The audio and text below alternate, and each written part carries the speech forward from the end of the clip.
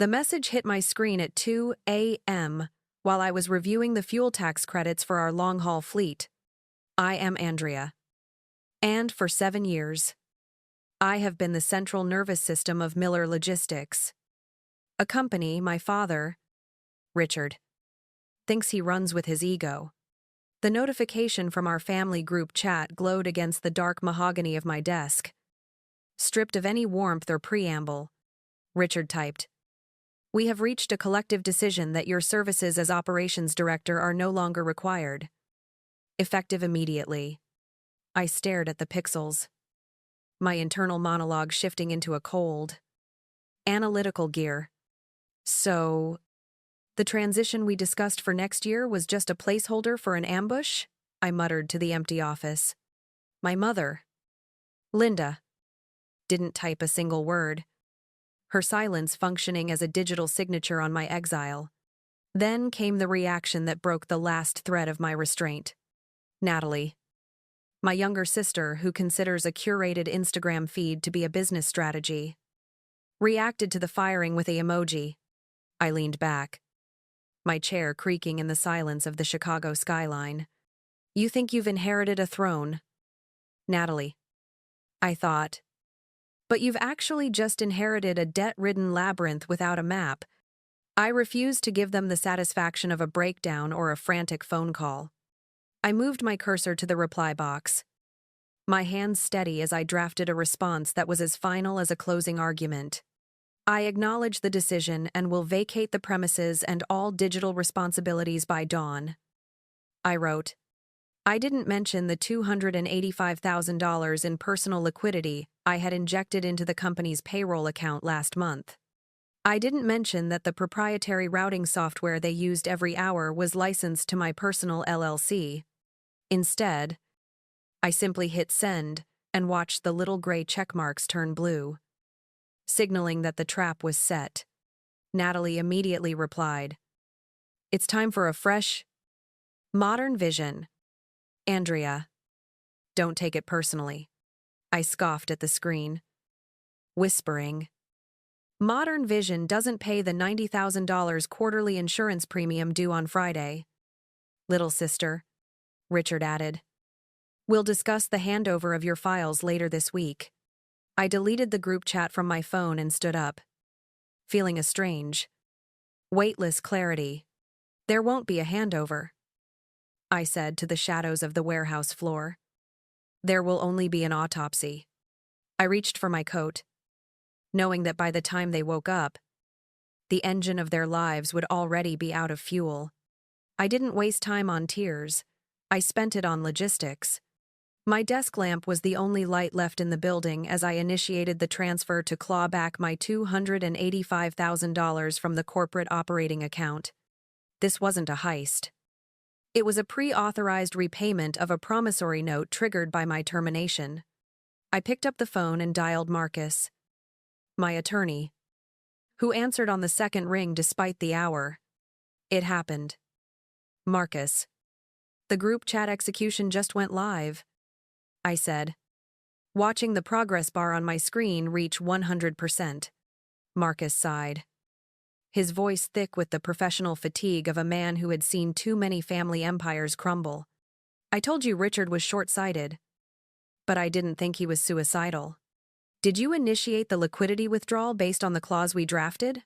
I watched the confirmation number flicker in the dark and leaned into my leather chair. "The $285,000 is already back in my personal holding account, and the intellectual property license for the routing software expires in exactly 4 hours," I replied. Marcus chuckled darkly. "They're going to claim you're sabotaging the fleet. Andrea, you know that, right?" I pulled a cardboard box from under my desk and began clearing my personal belongings with clinical precision. "Let them claim whatever they want, Marcus. But the contract is ironclad and governed by Illinois law," I stated firmly. I threw my brass nameplate into the box and looked at the empty shelves that represented 7 years of my life. The software license was never part of the company's assets. It was a personal lease, with a termination at will provision. I reminded him. Marcus cleared his throat. I'll have the formal termination of services email ready for your review. And I've already flagged the bank regarding your removal as a personal guarantor. The silence of the office felt like a shield as I prepared the final digital strike. Marcus. Make sure the notice specifically mentions that any attempt by Natalie to bypass the encryption will be treated as a federal cybercrime. I commanded. He tapped something on his keyboard. The sound sharp over the line. Consider it done. But Andrea, once I send this, there is no going back to Sunday dinners, he warned. I grabbed my keys and headed for the elevator. My face reflected in the polished chrome. Sunday dinners were just another board meeting where I wasn't allowed to vote. Marcus. So let them eat the consequences, I said before hanging up. I walked through the lobby, the cold Chicago air biting at my skin as I reached my car. I took a deep breath, feeling the weight of Miller Logistics finally sliding off my shoulders. I had built the cage, and now I was the only one with the key, leaving them to figure out how to fly without wings. My finger hovered over the send button for the final email to the board of directors. Goodbye, Miller Logistics, I whispered. Let's see how much your modern vision is worth in a bankrupt market. I drove away as the system logs began to record the first of 1,000 critical errors. By Tuesday morning, the silence of my phone was replaced by a relentless vibration that rattled against my coffee table. Richard's voice was distorted with a mix of fury and genuine panic when I finally decided to pick up. Andrea, what the hell is going on with the dispatch servers? The drivers are stranded at the port of Savannah because the manifests won't load, he barked. I took a slow sip of my dark roast, leaning back into my sofa while watching the rain streak across my window. That would be because my proprietary license expired at midnight. Richard. And I didn't see a renewal request on my desk.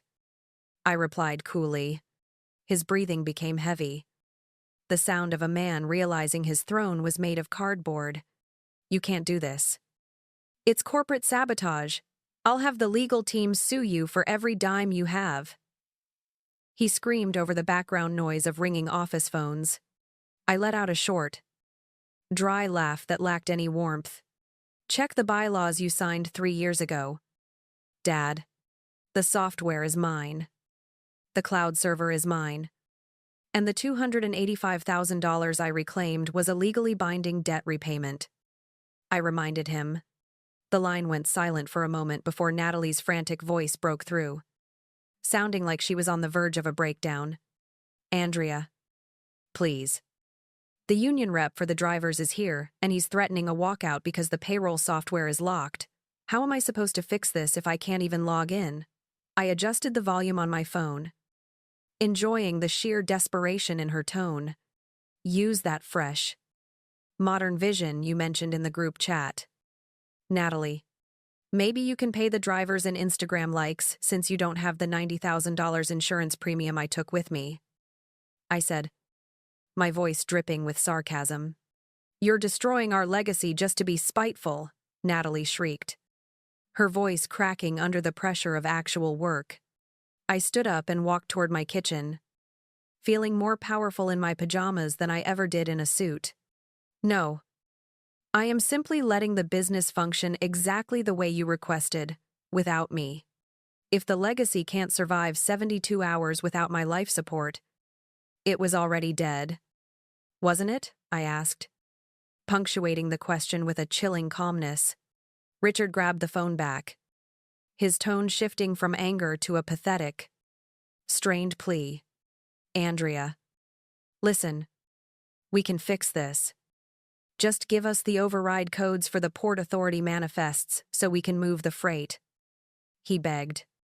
I looked at the digital clock on my stove, noting that another dozen late fees had probably just been triggered for the fleet. The override fee for a non-contractual consultant is $50,000 per day, payable in advance to my LLC, I stated. The numbers coming out as sharp as a blade. Richard gasped. 50,000? That's extortion. You're our daughter. For God's sake, I smiled at the empty room, feeling the finality of the moment. Business is never personal. Richard, those were your words, weren't they? Call me when the wire transfer clears. Or don't call me at all, I said, ending the call before he could utter another desperate word. While the company bled out, I spent my Wednesday afternoon at a quiet bistro, reviewing the backup server logs I had legally mirrored before my departure. The data revealed a pattern of shell company transfers that didn't just point to incompetence, but to a deliberate heist. My mother, Linda, cornered me as I was leaving, her face a mask of practiced maternal disappointment. Andrea, how can you sit here eating while your sister is in tears and your father's blood pressure is through the roof? She hissed, blocking my path to the door. I adjusted my sunglasses, looking at her with the detached curiosity of a stranger. Natalie isn't crying over the business. Mother, she's crying because the $45,000 she diverted from the driver's insurance fund just bounced, I said, leaning in close so only she could hear. Linda's face went pale, her hand trembling as she reached for her designer purse. That's a lie. She would never touch the insurance money. She's trying to save the family name, she stammered, though her eyes betrayed her. I pulled up a PDF on my phone and held it in front of her face, showing the wire transfer to a logistics firm owned by Natalie's secret lover, a direct competitor to Miller Logistics. She's not saving the name. She's funding a competitor's expansion while sleeping with the CEO. And you've been helping her hide the receipts? Haven't you? I asked, my voice as sharp as a razor. Linda looked away, the silence stretching between us like a confession of her own complicity. We just wanted her to feel as important as you.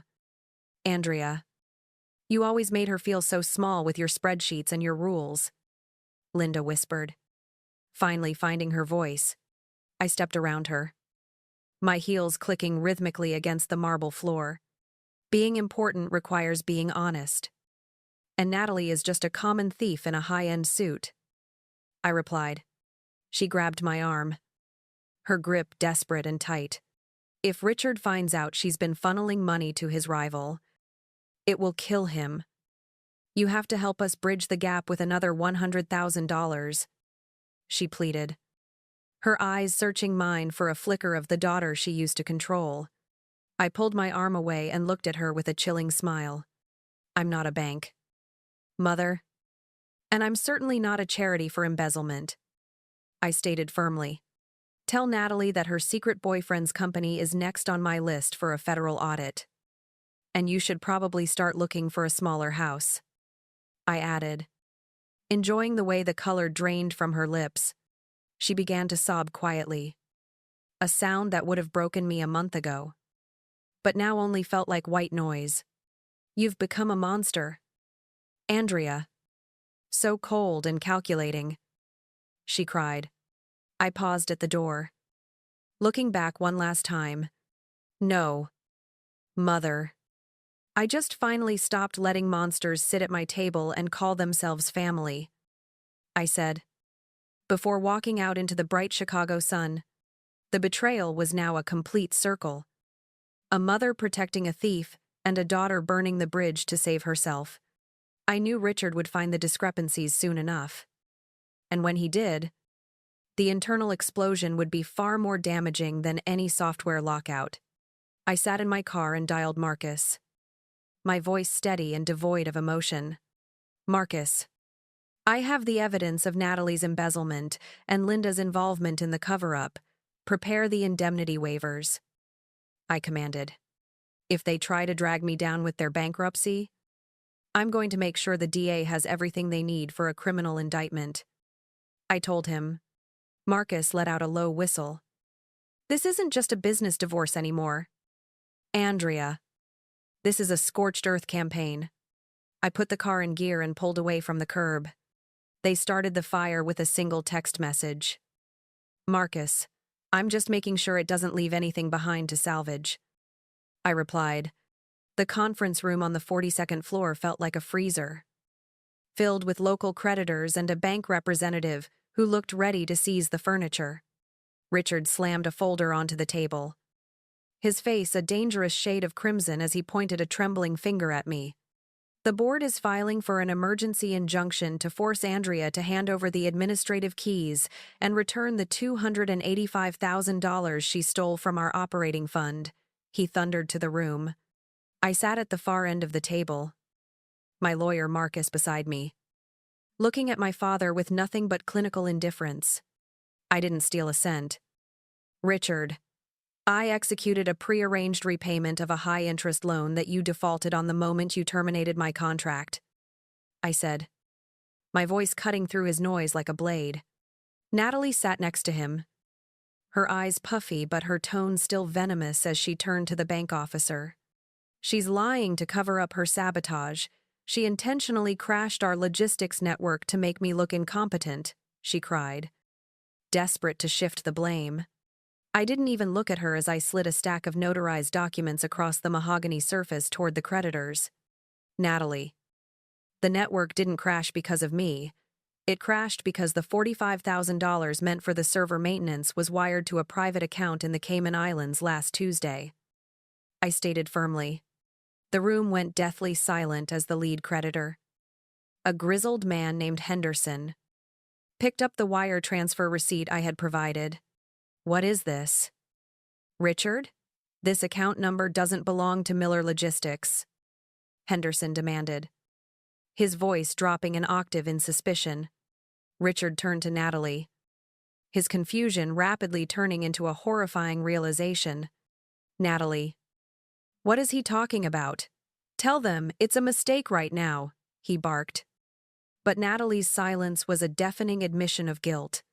I leaned forward, locking eyes with my father for the first time that morning. It's not a mistake. Dad.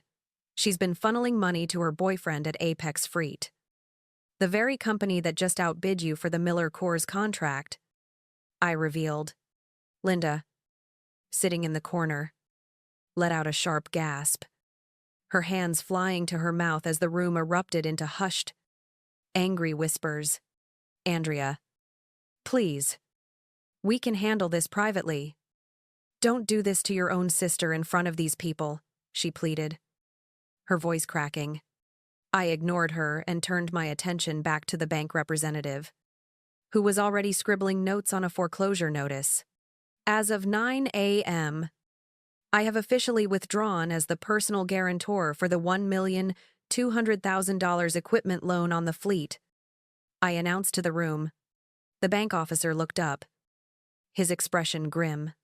Without Andrea Miller's personal guarantee, this loan is in immediate technical default, and we will begin asset recovery by noon, he stated.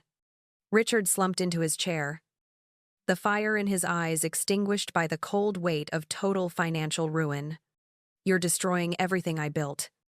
Andrea, you're leaving us with nothing but the clothes on our backs, he whispered, his voice hollow and defeated. I gathered my things and stood up, Marcus following my lead with a practiced, professional silence. I didn't destroy it. Richard, I just stopped pretending to be the foundation for a house built on lies and embezzlement, I said. You wanted me to step away. So I did. This is what away looks like, I added, looking at the wreckage of my family one last time. Natalie tried to stand, her face contorted in a final, desperate rage. You think you're so much better than us? But you're just a cold, heartless bitch who betrayed her own blood, she screamed as we moved toward the door. I paused at the threshold. Looking back at the chaos I was no longer responsible for fixing. No. Natalie, I'm just the person who finally stopped paying for your mistakes, I replied calmly. We walked out of the room, leaving the shouting and the sobbing behind, the heavy oak doors closing on the only life I had ever known. Marcus checked his watch as we waited for the elevator. The filing is official. Andrea, you're legally decoupled from the corpse of Miller Logistics, he said. I watched the floor numbers descend, feeling the first true breath of freedom in a decade. Good, I whispered to the mirrored walls. Let the dead bury their dead. A month later, the frantic vibration of my phone had finally been replaced by the rhythmic sound of Lake Michigan's waves. I stood on the balcony of my new apartment, watching the sunrise paint the Chicago skyline in shades of gold and slate. Miller Logistics was no longer a weight around my neck, but a headline in the local business journal detailing a Chapter 7 liquidation. My father's mansion had been listed for $1,400,000 last week to cover the bank's primary lien. A price for his pride that he never expected to pay. You can't buy back a reputation once you've traded it for a comfortable lie.